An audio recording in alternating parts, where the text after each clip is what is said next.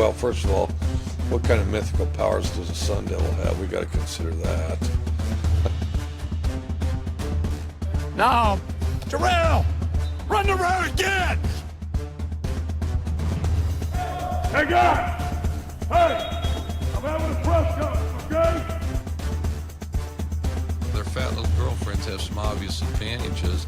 For one thing, their fat little girlfriends are telling them what they want to hear. It's Division I football! It ain't intramurals! All right, and we are back with the second episode of the Hoppy Huddle podcast. Today we are talking Big Ten, and it is a great day to be talking about college football. It's Big Ten preview, and boy, is the Big Ten big this year.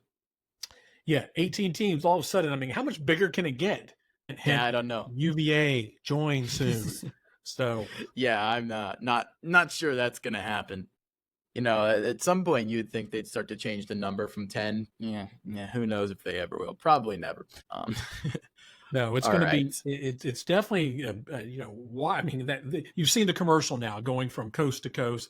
I mean, we go from LA to New Jersey, big conference, lots of travel miles, lots of interesting teams, but lots of good teams. It's a difficult conference. Well, this is a little different from the SEC. I thought the SEC, we had a lot of teams at the top and we had some at the bottom. That's true. This is much more top heavy, I would say. I think you got a few teams at the top, and then you got a lot of, I'll just say mediocrity down at the bottom. That's fair. That's fair. I won't call out. There's, you and I listen to a lot of college football podcasts because we're not journalists. We're just fans.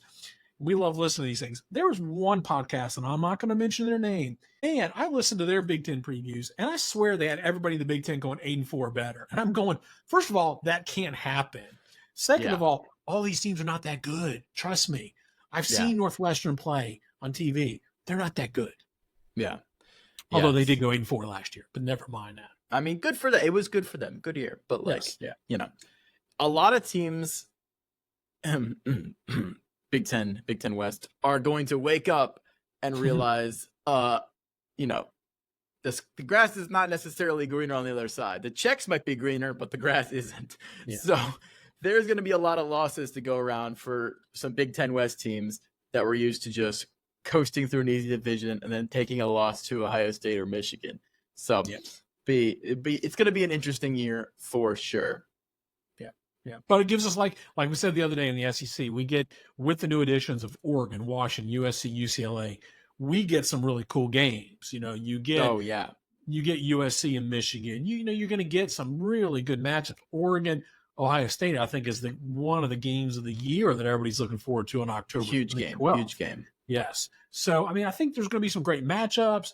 You're going to see some differences. It's a change. We don't love all the changes, but there'll be some benefits to it. All right, and I think we should start with the three-time defending Big Ten champions, the Michigan Wolverines. And, well, it's looking a little thinner this year. I like Michigan, but they lost a lot of talent to the draft. I think, was it 12 draft picks, I believe? Yeah, I thought it was 13 or 14, but it was 13 or 14. A lot of lost production. They're still good. Especially their defense is fantastic. Offensive line, I'm gonna put faith in Sharon Moore as he was former kind of offensive line coach and then moved up, so I think their offensive line will be good. The real question though that defines the whole team is, can Alex Orji throw? Because we know Donovan Edwards is a good running back. That's not really in dispute. It's Michigan. They're gonna run the ball well. Can Alex Orji throw is really the question that defines everything. I mean, the receivers, kind of mediocre. They got the good tight end, Loveland, but Orji's passing game, and that's going to make or break games, in my opinion. Yeah, I mean, obviously, them and we'll get to Washington later, both of those programs returning production, they're at the bottom of the country. So they're they've turned over the whole roster. And that's a problem. I mean, I think they've recruited well, but I don't care how well you recruited. if you look at their 5-year high school recruiting ranking, it's averaging 13th. Well, that's great. But when you've got to flip over the entire offense, that's a problem. And then I think you hit it on the head. If it's Orgy, which we think it is, we still don't know if he can throw the ball well. I mean, we clearly know he can run. So now all of a sudden, we knew with J.J. McCarthy what you were getting, and you knew he could make the throws when he needed to. I just don't know that. I mean, this is a different team, and the defense will likely take a step back a little bit because they did give up a lot of draft picks. They did, yeah. To the NFL. So to me, the offense is going to take a big step back. The defense will probably step back a little bit. And then you get games such as you get Texas and USC coming to the big house, but then you go on the road to Washington. You've got Oregon coming to town. You've got to go on the road to Ohio State. This is a team, FanDuel has them at 8.5 wins, the over-under. I think this is a team that's going to struggle a little bit this year. I think if I'm buying or selling teams, I'm selling them this year, honestly. And I like Michigan. I've always liked the Wolverines. I think they're probably going 9. If the over-under's 9, did I say 8.5 or 9.5? I said 8.5. You said 8.5. Yeah, I think they're probably going 8-4, 9-3. My guess is probably 9-3. I think at Ohio State's a loss. Oregon probably beats them. I think Oregon's more talented. And then do they lose one of those games? Texas, USC, Washington, maybe. Does Illinois give them a hard time on the road? Illinois gave them a hard time 2 years ago in the big house. I mean, I just don't think this team is good enough like last year where they're just going to be able to run the ball the whole time and beat teams, because I just don't know if they're offensively going to be able to pull out some of those 3rd and 7s that J.J. McCarthy was able. Yeah, I kind of agree with you. I'm a little softer sell. I am selling Michigan. I'm a little bit of a softer sell. I think it's probably, you can be pretty confident they lose at least 2 games. I'd say 2 out of the 3, Oregon, Ohio State, and Texas are probably losses. Maybe all 3. Yeah. But I think there's some chance that their defense can help them win one of those.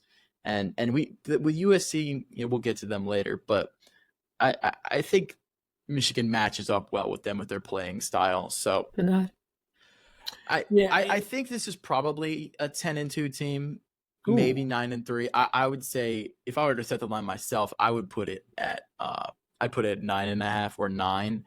Rather than 8.5. So I would lean over here, but I'm not super confident. And I still am selling them as a Big Ten title contender. Well, 10-2 assumes then they're going to beat either one of Texas, Oregon, or Ohio State. And those 3 teams are your top 5, 6 teams, 7 teams in the country. That's a tall order. Yeah, you're right. Yeah, you're right. So probably 9-3, but it would not surprise me if Michigan knocked off one of them, just keeping it low scoring, grind it out. Like, those are 3 teams that love to have fast moving offenses. And Michigan, in the last couple of years has done well against those type of teams by dragging them down into the mud. Yeah. So, okay. Well, I had them when I ran in simulation of all the games in the Big Ten, and I ended up having them go 9-3. Because I think they'll take losses in all 3 of those, and I think they'll beat USC. I think they'll beat Washington. I think they'll beat Illinois, but I think they'll win all the other games they should. There'll be no other slip ups, but I don't see them beating Texas, Oregon, or Ohio State. Okay, gotcha.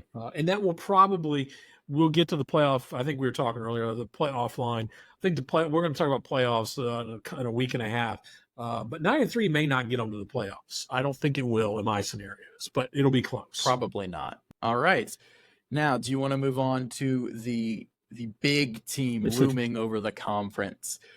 The Ohio State Buckeyes. I got a couple metaphors for you here. Thanos collecting the Infinity Stones. When Noah Lyles called out the NBA and said, champions of what? LeBron James just collecting all the best NBA players. This is the closest equivalent to a college football dream team that has ever been assembled in the preseason. Ohio State went all out, balls to the wall, just screw it. We're going all in. Let me just read you their coaching staff, okay? Their coaching staff consists of Ryan Day, one of the best offensive minds in the sport, Brian Hartline, arguably the best individual recruiter in all of college football, and Chip Kelly, one of the smartest, most brilliant offensive minds. They're co-offensive coordinators. So one of the best recruiter, one of the brightest offensive minds Chip Kelly. And then on defense, they have Jim Knowles, who, led Oklahoma State to having a top 10 defense and massively improved their defense last year. That's their coaching staff. And then the amount of transfers they brought in is insane. Caleb Downs, Will Howard, Quinshon Judkins, Julian Stayen, Seth McLaughlin, who's an Alabama offensive lineman. Like, they just spent all the money. They assembled the Avengers. Like, this is the death machine team. They are, spoiler, but I think they're going to do pretty well this year. Yeah. By the way, let's break it down by offense and defense. Yeah.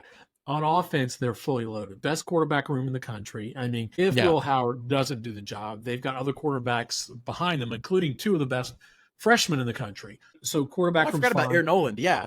Yeah, Aaron Noland's there. Julian Sayin. I mean, so they're fine in the quarterback room. You go to running backs, Travion Henderson, you've got Quinshon Judkins. Okay, if one of them goes down, the other's there.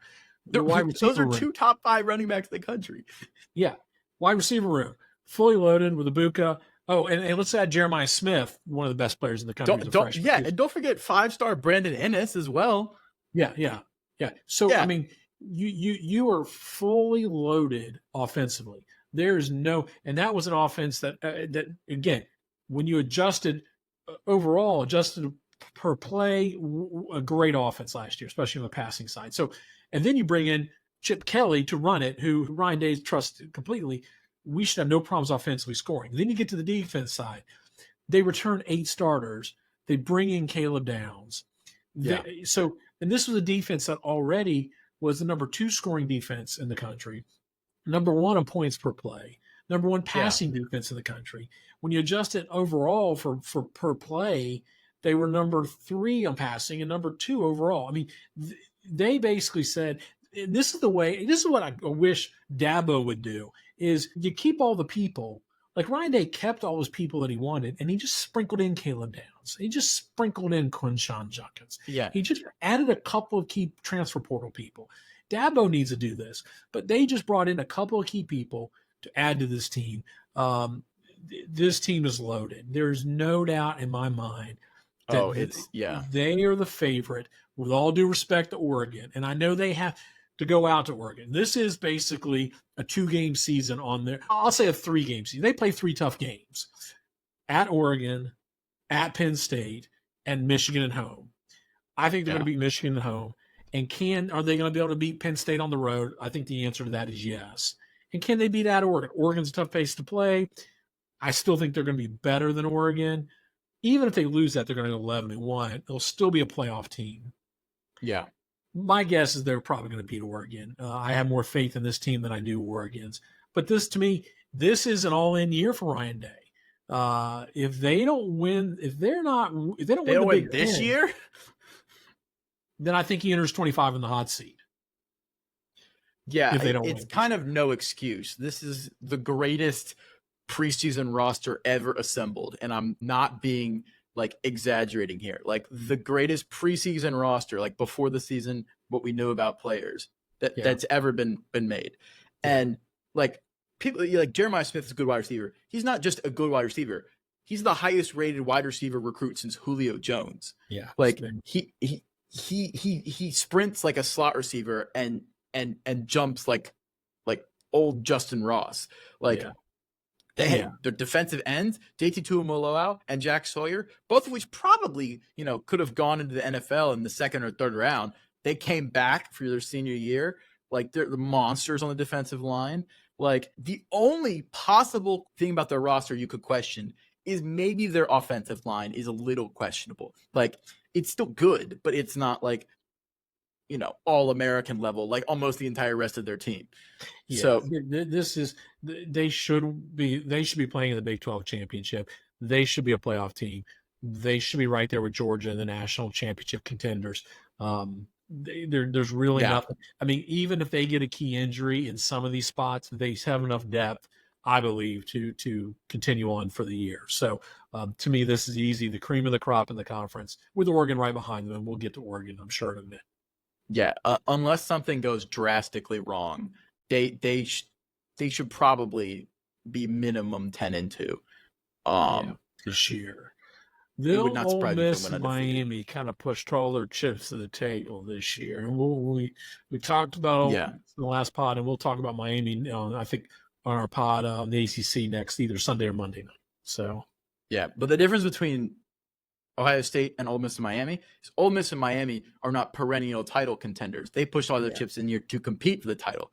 Ohio State would have been a contender regardless because they're Ohio State, and they still pushed all their chips in, which just elevated them to another level. Like it is impossible for me to understate how stacked this team is. yeah, Like agreed.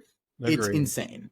Yeah, this will be fun to watch. So This is a college football 25 roster when you're playing on freshman difficulty and you just load up with like 35 stars. Like, yeah. Yep. All right. Where do you want to go to next? Well, let's talk about the other team that's going to give them. I think to me, there's two teams in the Big Ten that separate themselves from everybody: Ohio State and this next one, Oregon. I agree. Oregon.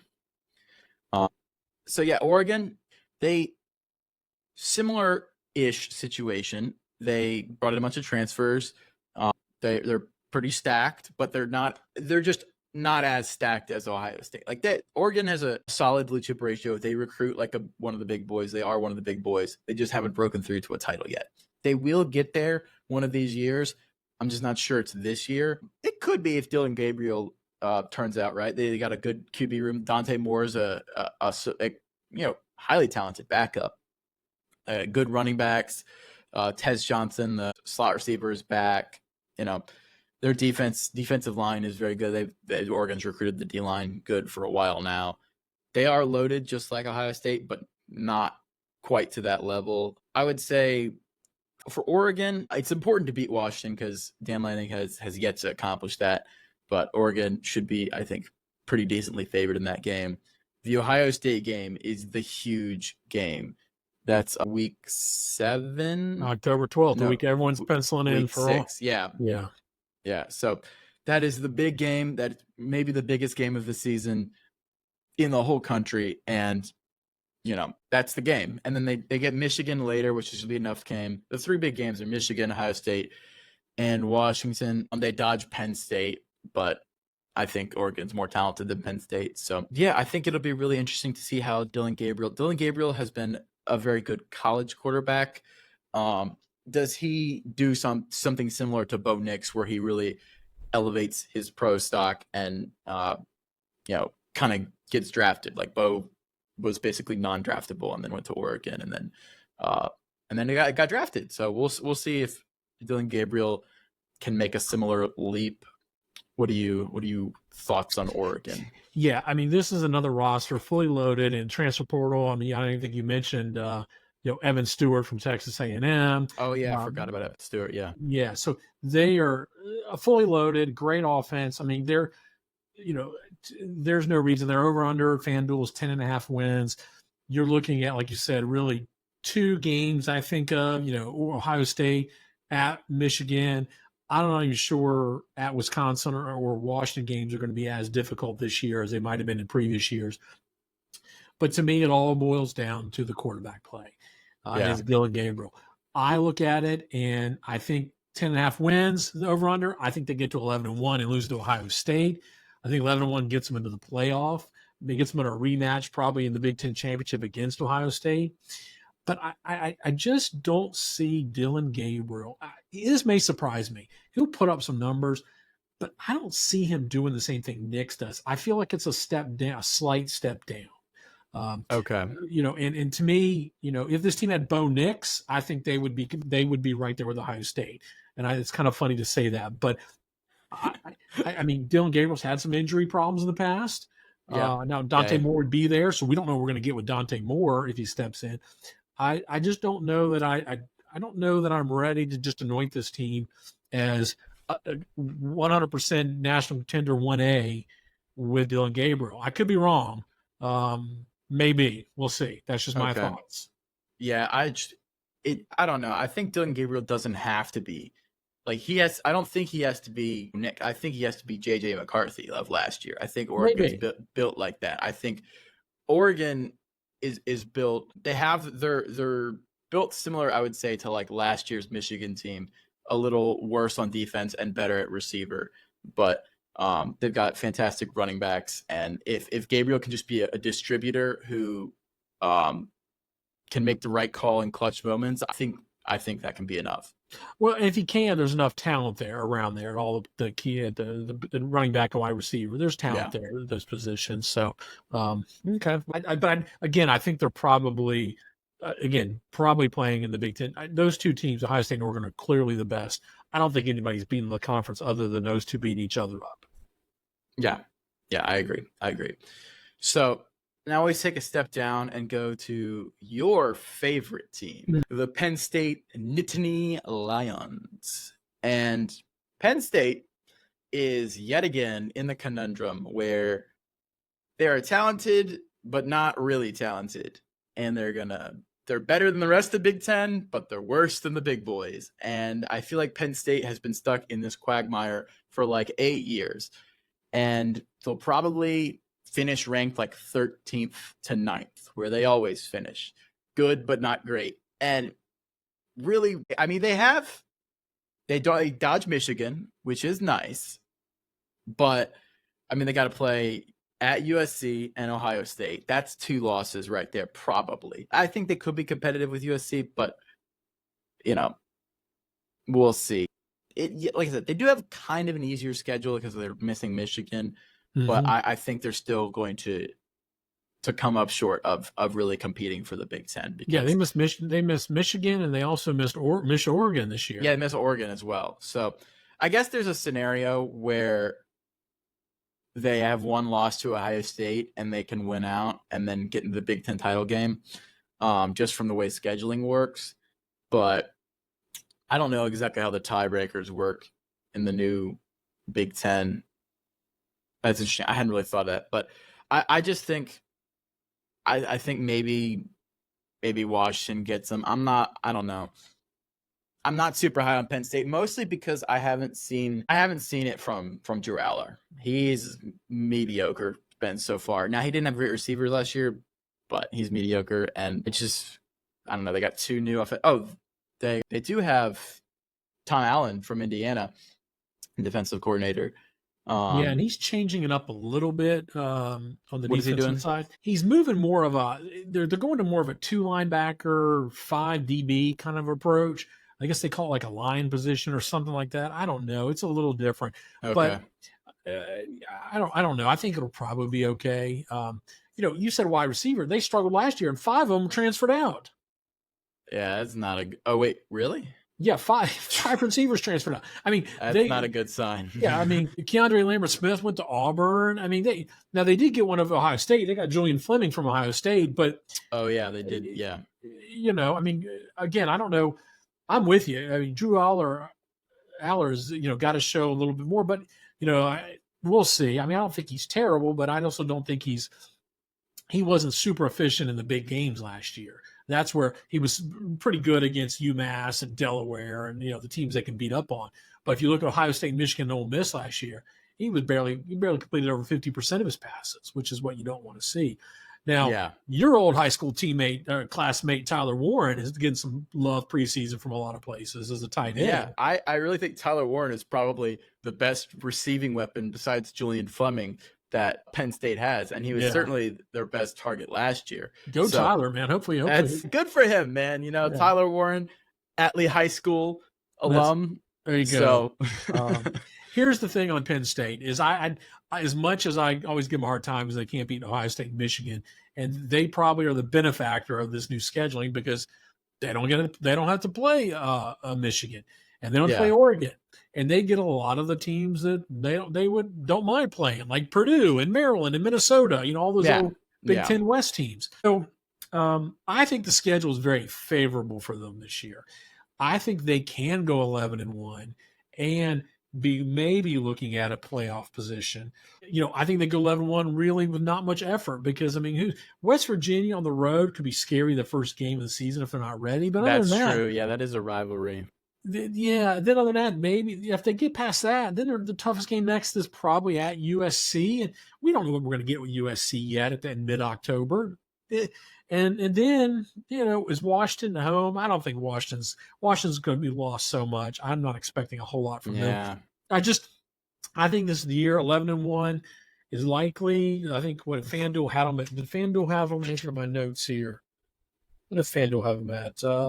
I don't know if I wrote down FanDuel's. Probably because I just couldn't bring myself to write down. They Penn do State. bring in, to look on the bright side of Penn State, they do bring in that offensive coordinator from Kansas. Kansas, yeah. And if you have watched any Kansas the last 2 years, you know their offense is just fantastic. I loved watching their offense. He drew up some really creative plays against better teams, against Oklahoma and Texas, and so maybe a new offensive coordinator breathes some life into Drew Allar along with Julian Fleming, and maybe they do go 11-1 and then just lose to Ohio State in the Big Ten title game again, and then probably lose to an SEC team in the playoff. Well, it's possible they go 11-1 and don't even make the Big Ten title game. I mean, because I think. Oh yeah, because I don't know how tiebreakers work. I don't know either. When I was running the scenarios on this website, I had Oregon State 12-0, Oregon 11-1, and Penn State 11-1. I don't know how you break that tiebreaker since they don't play each other. That would be interesting. But I think they're going to compete for a playoff spot. Now, that being said, if they go 10-2, my guess is they may not make the playoffs because there's going to be some other 10-2 teams in this country who are going to have a much stronger strength of schedule. So I think they need to go 11-1 if they want to have any chance at a playoff. And I don't know, if they don't get to the playoff, are you going to start to hear some rumblings about Franklin for next year? On the hot seat in 25? No, because his contract's insane. I don't know. Because at some point... It's a giant contract. He's like the third highest paid coach. Yeah, but they're putting a lot of money into that stadium, and at some point it's got to show some results more than finishing third or fourth every year. Yeah, I don't know. Maybe you do start to see some rumblings, but maybe they make the playoff, and then that placates everybody for now. But yeah, maybe so. So... But I do think I think the schedule works in their favor this year. I think they have enough good players that this will be. I think they're probably going to go. They'll have a good year. All right, let's move on to the Trojans of the University of Southern California, and they're a really interesting team because a lot of people have been saying, "I don't know what they're going to be. It's kind of crapshoot. Nobody really knows what they're going to be." But I'm gonna tell you right now. I know what they're going to be. They are going to be the same team that Lincoln Riley has had for the last 8 years. Really good on offense, terrible on defense. And let me explain why. Let me break down why. On offense, Miller Moss is QB. We think he's good. Lincoln Riley has a great track record with QBs, so I'm inclined to trust him there. He arguably one of the best quarterback coaches in the entire country. So we'll see. But the important thing is the wide receivers at USC they have maybe the second best wide receiver room in the country behind Ohio State. They have Deuce Robinson and Zachariah Branch, both of whom were top 15 overall players at the wide receiver position. And they are both very good. Deuce Robinson last year as a true freshman was difficult to guard. And now they got Zachariah Branch as well. Like they're going to throw the ball a lot. They're going to score points, and that's going to be dangerous against a lot of good teams. Now, the downside of that is it's a Lincoln Riley team, and even though they fired Alex Grinch, I think their defense is still not going to be any good because for some reason they just don't recruit defensive players at USC, which who knows what that is. There's organizational reasons or not, but their O-line is good. I don't know exactly what their record is going to be, but I know what their team is going to look like. So they could win, I'd say probably any game on their schedule, but they could also lose like any one of 6 games on their schedule. So yeah, I think it's very possible that they upset a much better team with a good offense and then probably get 9 wins, I would say. Wow. The over-under. I know that's pretty high, but yeah, FanDuel 7.5 wins. I'd say 8 or 9 wins probably would be my guess, which means I would go over on the FanDuel number. Yeah, their schedule's pretty rough. They start with LSU, and how good is LSU going to be? Well, we talked about it. You and I have different opinions on that. Yeah, but they still better than USC. They have to go to Michigan. They have to go. Penn State comes to them. They've got Rutgers coming to them. They have to go to Washington. They play Nebraska. They play Notre Dame. I mean, they're out of conference as Notre Dame and LSU. So right away, you've got challenges in the. They're like Florida in the sense that, well, you don't do yourself any favors when you're scheduling tough out of conference teams. So I think that they could be better than last year's team, but the record may not show it. Okay. I think the defense. I think the defensive coach hires between Lynn and Belk and Ince. I think they're good coaches, and I think you're going to start to see the defense turn a little bit, even if the offense comes back a little bit, because the offense was really good with Caleb Williams, and I think it still will be with Lincoln Riley. But I think the over-under, I think it's about a push for me. I think 7 or 8 wins is probably likely, just because I think it's a difficult schedule. And I think, again, they have improved they've improved the talent. Lincoln has done a good job building up the recruiting. I think they did a better job in the portal. They did bring in some good players on defense in the portal. But. Yeah, I think, again, give them another year. Let's see some improvements on defense, and I think this team will probably be more competitive at the top end of the conference in 2025 would be my guess. But I hope, who knows? I think, could they come up and bite a Penn State or a Notre Dame or an LSU? I do think they can, but I think they could also very easily lose to all those teams. Can they? How are they going to play against those teams? Can they grab a victory of those two and get those 8-9 wins? Maybe. Yeah. I will say there is like a scenario, I'd say probably like 10-15% likelihood where Miller Moss is not that guy and he's not a good QB. And I could see the bottom falling out very quickly if Miller Moss is not the QB that everybody seems to think he is. Well, they did without an offense, that team is close. You're right, but they did. They signed the quarterback from UNLV, the freshman, Jaden Maeva, I think is his name, to give him a little. Oh yeah. So that'll be maybe. Maybe. So he's got some experience at UNLV. So maybe if Moss isn't it, you may have some other guy to come on and can at least give you some opportunities. Okay. All right. Where you want to go now? Well, let's go to the team. Let's go to my favorite, one of my favorite teams this year. I think that I'm buying, and I'm wearing the shirt. So let's just say it proudly. Let's just go Big Red. Go Big Red. Let's talk about Nebraska. Let me get your thoughts, and I'll tell you what I think. All right, my thoughts are extremely simple. Dylan Raiola. And I've got an analogy for you, okay? So picture this, okay? Dylan Raiola is a keystone player. So you know how in nature they have keystone species, like the alligators in the Everglades. They hold up the rest of the environment. They make the environment safe, and without the keystone player, keystone species, everything falls apart. Alligators dig the holes that retain water. In Africa, the keystone species is the lion that keeps the populations down. Without a keystone species, the environment falls apart. Dylan Raiola is a keystone player for Nebraska because he lifts the Nebraska program. He will make the environment in Nebraska suitable for elite talent in the future and suitable for the team to succeed. He's the keystone player. He's a true freshman that's going to be starting at quarterback, which we don't see a lot of. And he might be the best true freshman quarterback since Trevor Lawrence. And he was a number 1 overall quarterback who signed with Nebraska, 5-star, top 5 overall player.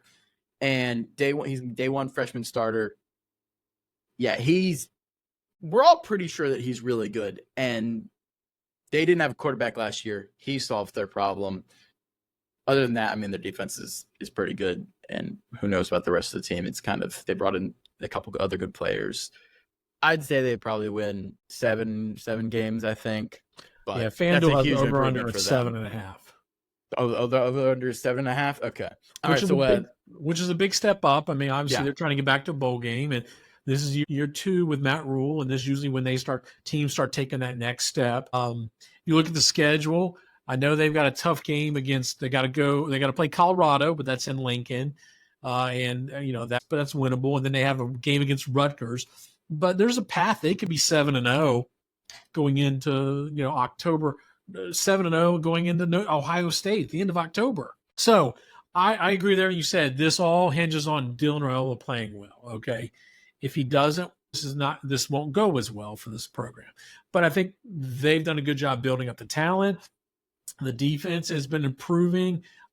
I like and the schedule is good, is just enough where I think they've got good splits where the hardest games really are, they got Ohio State on the road and they have to face USC and Iowa on the road. But I mean, tell me if this thing doesn't get rolling, they could go beat USC. I mean, is USC that scary? I mean, could they beat Iowa on the road? Well, tell me, is there a quarterback in Iowa that scares you? Yeah, USC and Iowa are like polar opposites. USC, you could see them winning because you could see Dylan Raiola dicing up that defense and just winning in a shootout. And in Iowa, you could see, Iowa not scoring and Dylan Raiola just like willing them to victory. So you could see victory in both those scenarios. So, I mean, the floor here, I think the floor here is 6-6. I don't think they go worse than 6-6 with the schedule. Yeah, I would agree. Now, I was looking at simulations. I think they're going to go 9-3 this year. I'm going to call it right now, a 9-win Nebraska team. Wow, 9-win Nebraska? Yes. I think they lose to Ohio State. I think they probably lose to Iowa, and they probably lose to someone else along the way. And then I think they win the rest. A 9-win Nebraska team. Probably That's bold. That's bold. It is bold. But that's really bold. It is very bold. That's my bold prediction. Just like I had Tennessee moving up, I think Nebraska's moving up. And then you wait and see what kind of recruits he's drawing at that point to that program. Yeah, because, I mean, one thing is certain at Nebraska, they got boosters. They got some boosters that if it starts rolling, they could get NIL going. Yeah. They could probably benefit more from NIL than relative to where their position was more than any other team in the country. Yeah. So yeah, you mark my word. They beat Colorado on September 7th. This thing's going to start rolling. And they could get to 6 or 7 wins before mid-October. And then all of a sudden, 9 wins is going to seem very attainable. I don't know, but we'll see. We're going to see. That's my prediction. 9-3 for the Nebraska. That is a crazy take. It is. Well, that's what we're about. Crazy takes here on the Hoppy Hub. Yes. All right. Now, I want to talk about very fun, mostly kind of joke, but also serious, Rutgers. Yes. So, in case you guys didn't realize, Rutgers went 7-6 last year. Rutgers had 7 wins. So, that's more than Baylor.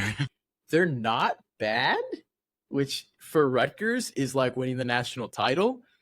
They're number 13 in returning production. They have, let me see if I can say this right. Magna Yeah, I can't pronounce it either. Magnahai. Yes. Kyle Mongolian, whatever. And so they're just essentially every week for whoever plays them, they're a tough out. They're a grind it team. They're a look ahead spot. They're a sneaky athletic team. They're not elite. I think they have 1 to 2 upsets in them. And I think they probably go 6-6 or 7-5 again. They got they got some cool names. They got the Greek Rifle at quarterback, if you remember him from Minnesota. Another Aliyeha Ketniak, whatever. Good luck pronouncing that. But the Minnesota transfer, they start out with Howard and Akron. That's 2 wins. At Virginia Tech, I hope they win. Washington, and then at Nebraska, it's probably 2 losses, I think, maybe 1-1. Wisconsin, UCLA, at USC, tough stretch. But like I said, I think they jump up and grab 1 or 2 teams that are better than them over the season, which will be for Rutgers, huge wins and great for the program. But I see roughly the same record, 7-5, 6 or 7-5, 6-6 again, which for Rutgers should be lauded. And Greg Schiano deserves all of the money that Rutgers' Big Ten contract can give him. So, Rutgers, this is your time. You don't play Oregon. You don't play Ohio State. You don't play Michigan. And you don't play Penn State. Did you notice that? I did notice that, yeah. They get everybody else. Yes. So then that got me thinking, okay, let's look at their returning production. I mean, their returning production is pretty good on defense. This was a good passing defense, good scoring defense. This was a team, by the way, everyone's favorite team to talk about, Virginia Tech. They beat the tar out of them last year. Okay. Their returning production offense. I know their offense wasn't spectacular last year, but they've got a lot of returning production on offense. And then you look at this schedule. Show me the losses on this schedule with this team coming back. I can't find that many guaranteed losses. I think the Nebraska game, I'm going to give them a loss. At USC. Maybe, at USC, maybe, but they're a smash mouth team. I mean, we don't know what USC team we're going to get. I mean, it would shock me if Greg Schiano took this team out to USC and beat them. You don't think they can beat Minnesota, Maryland, Illinois, and Michigan State? I think they could beat all four of those. You don't think they can beat Wisconsin at home, UCLA at home, Washington at home? Absolutely. I'm telling you, Jake, here's my other prediction. This is a 9-3 Rutgers team. I actually think that's, crazy as it may sound, I think that's more reasonable than your Nebraska prediction because of how daggone easy Rutgers' schedule is. Yeah, this is what I call your sister's birthday party schedule, all full of cupcakes. That's funny. Okay. I mean, you avoid those top four, again, they also could lose three in those games. I mean, they can lose some games in there. They're not so overpowering on offense that they're going to overpower people. But every one of those games, you're not getting a Washington team that's so overpowering. You're not getting a USC team that's super power. I mean, Minnesota, Maryland, Illinois, Michigan State doesn't scare anybody. Again, I think Nebraska, and as much as I hate to say it, that Virginia Tech game, that's a tough game. We'll talk about Virginia Tech in the ACC preview. That's not a game they can't win. They beat them by 20 last year. They smashed them around last year. Yeah. So I think Rutgers 9-3 is achievable for Rutgers. I think the over under. What was the over under? Was it 6.5? Let's see. 6.5. Boy, I don't know. I don't know what the pricing is. That over. Now. Yeah, that's a definite over as far as I'm concerned. All right. So I think we're going to differ here on this next team, just by judging on how we've described these schedules.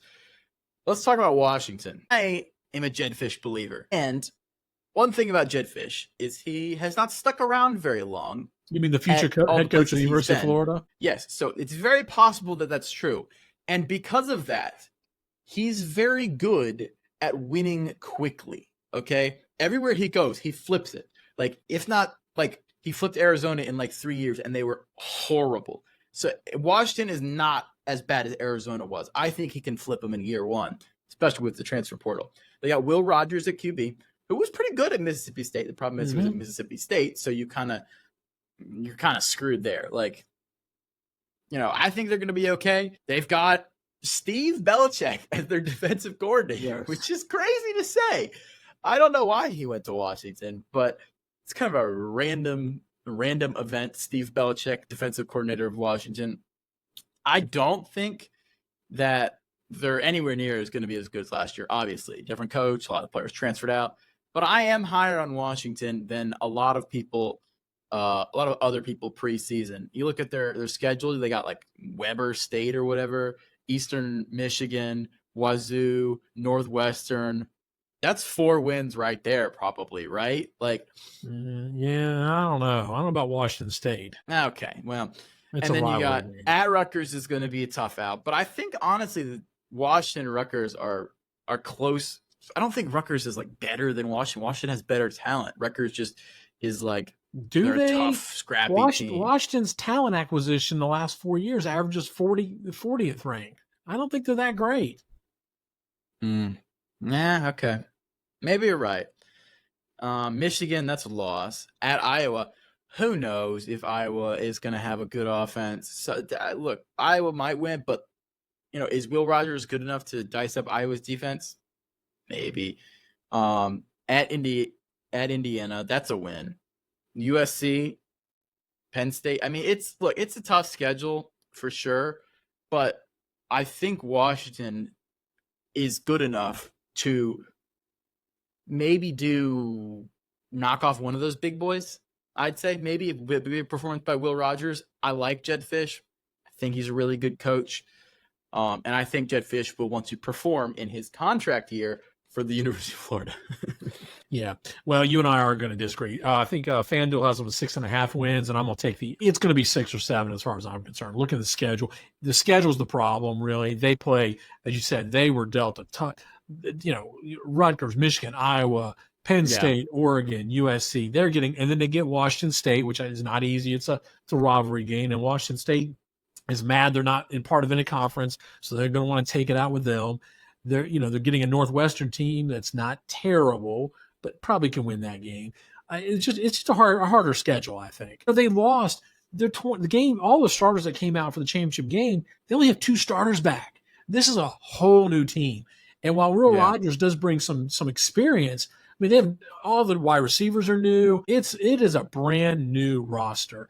And I just don't know how quickly they're going to be able to form into a competitive team. I like Jed Fish, and all kidding aside, I don't know about being coach of Florida because Billy Napier's got that job. I like Billy, but I know Florida message boards, they wanted Fish to stay at Arizona another year so that if Billy did leave, he'd be available. I doubt Fish leaves to go to Florida after being 1 year at Washington, even if that job opened up. I just don't think Washington. I don't think that they're ready yet for this year. I think they've lost too much talent, and I'm guessing they're going to be 7-5 or 6-6 is kind of where I'm predicting. I'm right around the over/under. Okay. I honestly, I'm not that much higher than the over/under. I think probably seven wins, but those 7 wins may include a loss to a bad team and a win to a good team. Yeah, probably so. So is where I was getting that. Where do you want to go to next? Well, we haven't talked about the most favorite offense in the Big Ten. Yes, let us go to Iowa, where they play offense like sharks run track races. So Brian Ferentz did not meet his points per game requirement, and he is now fired, which objectively that was hilarious. That's such a funny little story about last season. Iowa had a top 5 defense last year. I'd say they probably have a top 5 defense again this year. They always have a good defense. It's Iowa. Their offensive coordinator is like a MAC guy. It's Tim Lester, Central Michigan. Yeah. Yeah. So who knows? Probably good, I would say. But will he be allowed to cook? I don't know. Who knows? Cade McNamara is back. He was injured, but I think he'll be recovered in time. Is he not going to be recovered in time? You don't think? I know. I mean, I don't even think. Don't be surprised if Sullivan is going to end up being the quarterback there at some point. I mean, McNamara looked horrible the other day in the scrimmage, and I think the Northwestern transfer, Brendan Sullivan, could end up taking that job at some point. All right. Well, either way, the question is like Iowa, which usually has fantastic offensive lines. The question this year is their offensive line. Like it's been a couple of years since those loaded units that went to the NFL, and their over under it was I think 8.5 on DraftKings, I think, and I'm more inclined to kind of go push to under. I know you can't get 8.5, but I'd say probably 8 wins seems super likely. And I mean, you just look at their schedule. You go Iowa State. We think Iowa State's probably going to be better this year. When we get to the Big 12, we'll see. I'd say they may probably win that one, but at Ohio State, that's a loss. Washington, I said probably tough out, but Northwestern, Michigan State, win. Wisconsin, probably win.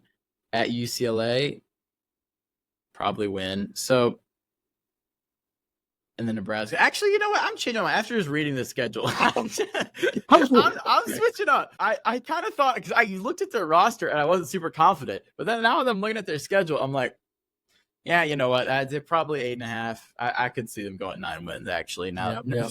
I'll do you one better. I'll go 10-2 with this team. Really, 10-2. Yeah, because I think they're the beneficiary of another. Now, again, if they lose, I see they could lose to Iowa State, Nebraska, and Ohio State and go 9-3. Okay. I think they probably get one of those between Iowa State and Nebraska. Probably go 10. I think 9-10 is probably the likely scenario here. Defense is going to be fine. I think they return enough to be in good shape. And I think from what I'm hearing with the offense, is they're going to put a few more modern concepts such as shotgun and people in motion, things, crazy ideas. And I think if he's not going to put like the air raid in or something crazy. And I think if they just let him do a little bit more on offense, you don't need to be, a top 10 offense. They don't have receivers. You just don't need to be 130th at 130. They don't teams. have any receivers. Well, I like- know, but Like zero, like their receivers would like maybe start for MAC teams. Like, but at some point, you just, again, you need just marginal improvement. This is still a team that wins 8 games with nothing. If you just improve it slightly, yes, you're not going to beat Tennessee like you did in the bowl game, but they lost to Minnesota last year. What was that score? It was 12-10. You get marginally better on offense, there's another victory. They lost to Michigan and Penn State. That was one of the regular season loss. I'm telling you, you don't need much on offense to get you to that 9-3, 10-2. okay. Yeah, I can see that. They're kind of just the anti-Lincoln Riley, Yes. where, whatever happens, if they just marginally improve their offense, they'll be really amazing. And then they never do. And But they recruited just a pretty- marginally improve their defense, they'll be amazing, and they never do. But they And recruited I don't know pretty why good this level. year they're going to break the trend. But the rest of the recruiting, is pretty good at a high level, other than the wide receivers. They've got offensive linemen, defense. So you're not looking at a team without talent. So to me, I think they can get there, and it'll be fun to see if the new offense coordinator, like you said, do they allow him to make enough changes? And I think they're probably going to at this point. All right. Well, we shall see. All right. What are we thinking now? Let's Maryland. So Maryland, I don't really have a lot of takes on Maryland. I kind of think they're just they're out of the Big Ten East just in time to play the rest of the Big Ten. So what do you think about Maryland? Well, I think they're happy not to be playing Michigan and Ohio State. That's first. They were a team that just was every year, no matter how good they could be, they'd have to play Penn State, Michigan, and Ohio State, and so there was 3 automatic losses. So I don't love. I think this team's got a little bit more, punch in them, or a little bit better than you think they are. They don't have Tua's brother, Tagliavoa anymore, and so I think quarterbacks. You could argue that's a good thing. Well, I don't know. I thought he was an okay quarterback. I thought he helped, especially against the lesser teams in the Big Ten. I thought he performed pretty well. That's true. Against lesser teams, he was just against good teams. He would. I look at that schedule, and you look at the schedule. They could be 1, 2, 3, 4, 5, 6. You can make an argument they could be 6-0 to start the season. What does that schedule look like? Well, it's UConn, Michigan State, both at home. Then they go to Virginia. Then they get Villanova, at Indiana, Northwestern. You could go 5-1, 6-0 against that schedule. Okay. But then on the back end, they've got USC, at Oregon, Rutgers, Iowa, Penn State. So, they could get to a hot start and go cold at the end. I've probably gotten them going 6-6 or 7-5 roughly. I think 8-4 would be a real high ceiling for them. But I don't think they're not a bottom feeding team. I think I really like their coach. I think he does a good job. I think Michael Oxley is more of an underrated coach because I think dealing with the talent level he's got, I think he's one of those guys. I think if there's ever a higher ranking job, he ought to get a good look because I just don't think they recruit at the level some of these other schools do. Yeah, I agree. There, Maryland's kind of capped by a small state, their location as a program. So Penn State will go in and take players. They just don't get. They don't have the resources that other schools do. Yep. Yeah. So. Okay. Where do you want to go to now? Let's go to the year 2 of the Luke Fickell era. At Wisconsin, year 2 of the Luke Fickell era at Wisconsin. It doesn't look good. I'm not super high on Wisconsin. I think their schedule. I think so many teams in their schedule would you'd think like, oh yeah, they could win, but also it's like they could lose. And I just don't know. They were very underwhelming last year. Their offensive scheme did not seem to translate to the Big Ten. I don't know if it does this year. Did they switch offensive coordinator? I don't think so. I think that's the same guy. No, Phil Longo's still there. They just Phil Longo, yeah. You got Tyler Van Dyke running it now versus Mordecai was running it last year. Yeah, I don't know. Tyler Van Dyke had one good year, and I'm just not sure that if he can get back to that year, sure, Wisconsin can be competitive in some of these games. But they were kind of were gutted when he got there, when the head coach got there, and I don't think they have the dudes to really stand up to the rest of the Big Ten right now. Not yet. I think he did a pretty good job recruiting in the class of 24. I think the class of 23 before him was pretty weak. Yeah. That was in the transition year. So I think they're still probably a year or two away from really getting this roster where they need to be. And then the schedule's not very favorable this year. They have Alabama coming to them. That's not good. They got to go to USC, to Rutgers. They get Penn State at home. Well, Penn State's just better than them. They go on the road to Iowa. They've got Oregon coming to them. They have to go to Nebraska, and I think it's a better Nebraska team. So there's just a lot of really tough games for a team. But just I don't know that the production is there offensively, and I don't trust Tyler Van Dyke. I think he's had some limited success, but just it hasn't been consistent when he was at Miami. So I mean, we'll see. I'm not confident in this. I think they're looking. It was their win total, FanDuel. It was, let's see, Wisconsin 6.5 wins. I would probably think they're a 5 or 6 win team. I tend to agree with you there. Although, I think they're more likely to be 5 than 6. So yeah. All right, we're coming up almost in an hour, Jake. We probably don't want to bore anybody else with the bottom of the Big Ten because I don't think we have a lot of Indiana, UCLA, Minnesota, Northwestern, or Purdue fans, or Michigan State. Do you want to talk about anything you see in the bottom tier there? Because I think they're all kind of bottom tier, in my opinion. Yeah. So, I mean, Illinois is going to be Illinois. They're going to run the ball. They're going to, be competitive in a couple of close games. That's about it. Like they're Brett Bielema's team. They're going to stay that way. They're not really going to change a whole lot, I don't think. Northwestern, fun fact, they are playing the first half of the season on the shores of Lake Michigan, which is crazy, and a homemade built stadium on top of their practice facility, while their shiny new stadium, indoor dome monstrosity palace that's getting built for Northwestern football for some reason. While that's getting built, they're going to be playing on a converted practice field, which will be interesting. It's kind of a weird thing. And then later in the season, they'll play in Wrigley Field. So just kind of a fun fact. Northwestern, of course, Pat Fitzgerald is no longer there. Had a pretty decent year last year. Not a lot else about Northwestern. That's Michigan State. I like Aiden Childs, but there's basically no one else on that roster that is talented. So if I were Aiden Childs, I would have gone to a different team in the portal because he's a good quarterback, but not on that team. Jonathan Smith, I have faith in him, but not this year. Yeah, that's what I got on the bottom of the Big Ten. Yeah, I mean, I look at some of these teams. I think Michigan State will probably, just because I think Jonathan Smith's a good coach, and I think Aiden Childs is a pretty talented quarterback, I think they'll probably nip somebody along the way at the end of the year. But they were gutted by the transfer portal. Absolutely. Oh, yeah, absolutely. And they're going to be – this is a complete rebuild job. There's very low expectations for this year. I think watch out for Indiana. I think it's kind of JMU North.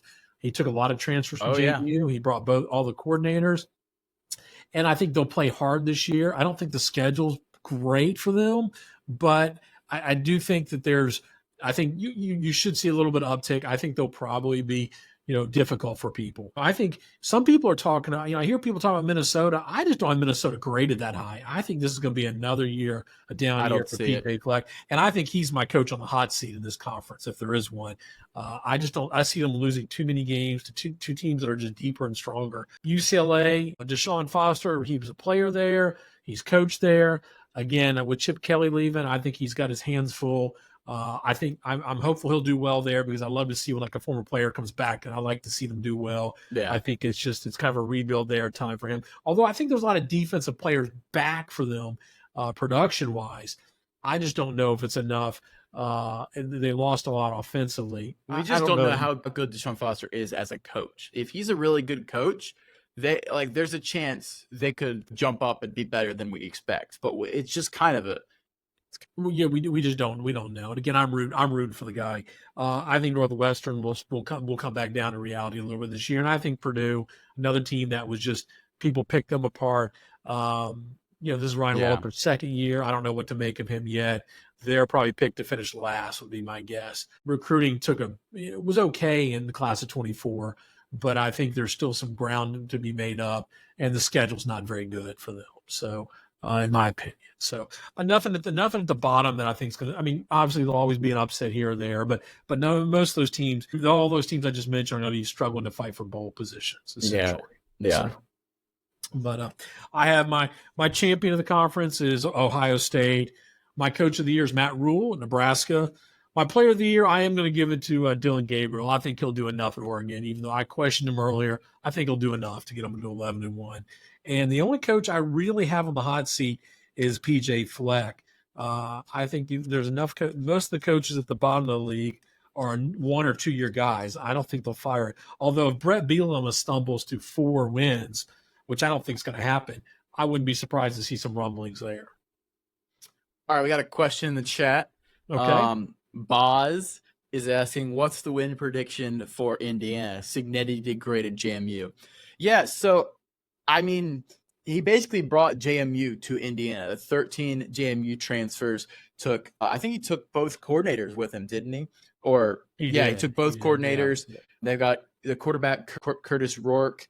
Let's look at the schedule here real quick. We got FIU, Western Illinois. I think that's 2 wins.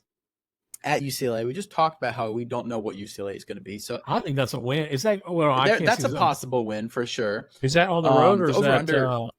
It's at UCLA. It's on the road. Yeah. So see, I still think that's a win. I don't trust UCLA, to be honest with you. Okay. Over under is 5.5. So you could see 3 wins there. Charlotte, that's a win. Maryland, if there's a possibility they could jump and get Maryland, even though I think Maryland's a better team.